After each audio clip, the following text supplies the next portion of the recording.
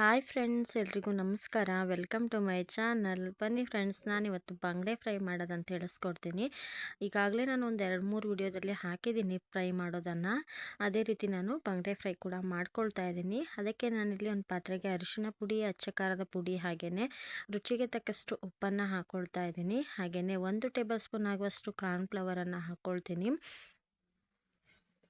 ಹಾಗೆಯೇ ಫ್ರೆಂಡ್ಸ್, ನಾನು ಹುಣಸೆ ಹಣ್ಣನ್ನು ನೆನೆಸಿಟ್ಕೊಂಡಿದ್ದೆ, ಅದನ್ನು ಕೂಡ ರಸವನ್ನು ಹಿಂಡಿ ಹಾಕ್ಕೊಳ್ತಾ ಇದ್ದೀನಿ. ಹಾಕ್ಕೊಂಡು ಚೆನ್ನಾಗಿ ಮಿಕ್ಸ್ ಮಾಡಿ ಕಟ್ ಮಾಡಿರುವಂತಹ ಬಂಗಡೆ ಮೀನನ್ನು ಅದರಲ್ಲಿ ಹಾಕಿ ಒಂದು ಅರ್ಧ ಗಂಟೆಗಳ ಕಾಲ ಅದನ್ನು ಚೆನ್ನಾಗಿ ನೆನೆಯೋಕೆ ಬಿಡ್ತೀನಿ. ಮೀನನ್ನು ನಾವು ತುಂಬ ಹೊತ್ತು ನೆನೆಯೋಕೆ ಬಿಟ್ಟಷ್ಟು ಅದರ ಟೇಸ್ಟ್ ಜಾಸ್ತಿ ಆಗುತ್ತೆ. ಇವಾಗ ನಾವು ಮಧ್ಯಾಹ್ನ ಮಾಡಬೇಕಿದ್ರೆ ಬೆಳಗ್ಗೆನೇ ಮಸಾಲೆ ಹಾಕಿ ಇಟ್ಕೊಂಡ್ರೆ ತುಂಬಾ ಚೆನ್ನಾಗಾಗುತ್ತೆ ಫ್ರೈ. ಹಾಗೆಯೇ ಉಪ್ಪು ಖಾರ ಚೆನ್ನಾಗಿ ಹೀರ್ಕೊಳ್ಳುತ್ತೆ. ನೋಡ್ತಾ ಇರ್ಬೋದು, ನಾನು ಚೆನ್ನಾಗಿ ಇದನ್ನ ಮಸಾಲೆಯೊಂದಿಗೆ ಮಿಕ್ಸ್ ಮಾಡ್ಕೊಳ್ತಾ ಇದ್ದೀನಿ. ಅದ್ರ ಹೊಟ್ಟೆ ಭಾಗದಲ್ಲೆಲ್ಲ ನಾವು ಮಸಾಲೆನ ತುಂಬಿ ಇಡಬೇಕಾಗತ್ತೆ. ಇದರಿಂದ ತುಂಬಾ ಚೆನ್ನಾಗಾಗತ್ತೆ ಫ್ರೈ. ಹಾಗೆಯೇ ಇವತ್ತು ಬಂದುಬಿಟ್ಟು ನಾನು ರವಾ ಫ್ರೈ ಮಾಡ್ತಾ ಇದ್ದೀನಿ. ನಿಮಗೆ ರವಾ ಫ್ರೈ ಮಾಡ್ಬೋದು, ಇಲ್ಲಾಂದರೆ ಅಕ್ಕಿ ಹಿಟ್ಟಿರತ್ತಲ್ವ, ಅಕ್ಕಿ ಹಿಟ್ಟನ್ನು ಕೂಡ ರವಾ ಜಾಗದಲ್ಲೇ ಹಾಕಿ ಮಾಡಬಹುದು. ನಾವು ರವಾ ಹೇಗೆ ನಾವು ಯೂಸ್ ಮಾಡ್ತೀವಲ್ಲ, ಹಾಗೆಯೇ ಅಕ್ಕಿ ರವಾನ ಮಾಡಿಕೊಂಡು ಕೂಡ ಅದರಲ್ಲೇ ಹಾಕೋಬೋದು. ತುಂಬಾ ಚೆನ್ನಾಗಾಗತ್ತೆ. ಇವಾಗ ನೋಡ್ತಾ ಇರ್ಬೋದು, ಮಧ್ಯಾಹ್ನ ಆಗಿದೆ. ನಾನು ಬೆಳಿಗ್ಗೆನೇ ಮಸಾಲೆ ಹಾಕಿ ಇಟ್ಕೊಂಡಿದ್ದೆ.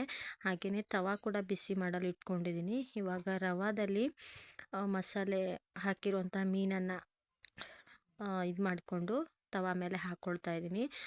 ತುಂಬಾ ಚೆನ್ನಾಗಾಗತ್ತೆ ಈ ರೀತಿ ಬಂಗಡೆ ಫ್ರೈ. ಯಾವುದೇ ರೀತಿ ಮಸಾಲೆ ಏನು ರುಬ್ಬೋದು ಬೇಡ, ಇನ್ಸ್ಟೆಂಟಾಗಿ ಮಾಡ್ಕೊಳ್ಬಹುದು.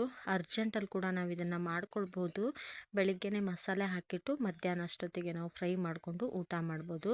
ನೋಡ್ತಾ ಇರ್ಬೋದು, ನಾನಿವಾಗ ಎಣ್ಣೆಯನ್ನು ಹಾಕ್ಕೊಂಡು ಚೆನ್ನಾಗಿ ಎರಡೂ ಬದಿಗಳಲ್ಲಿ ಬೇಯಿಸ್ಕೊಳ್ತೀನಿ.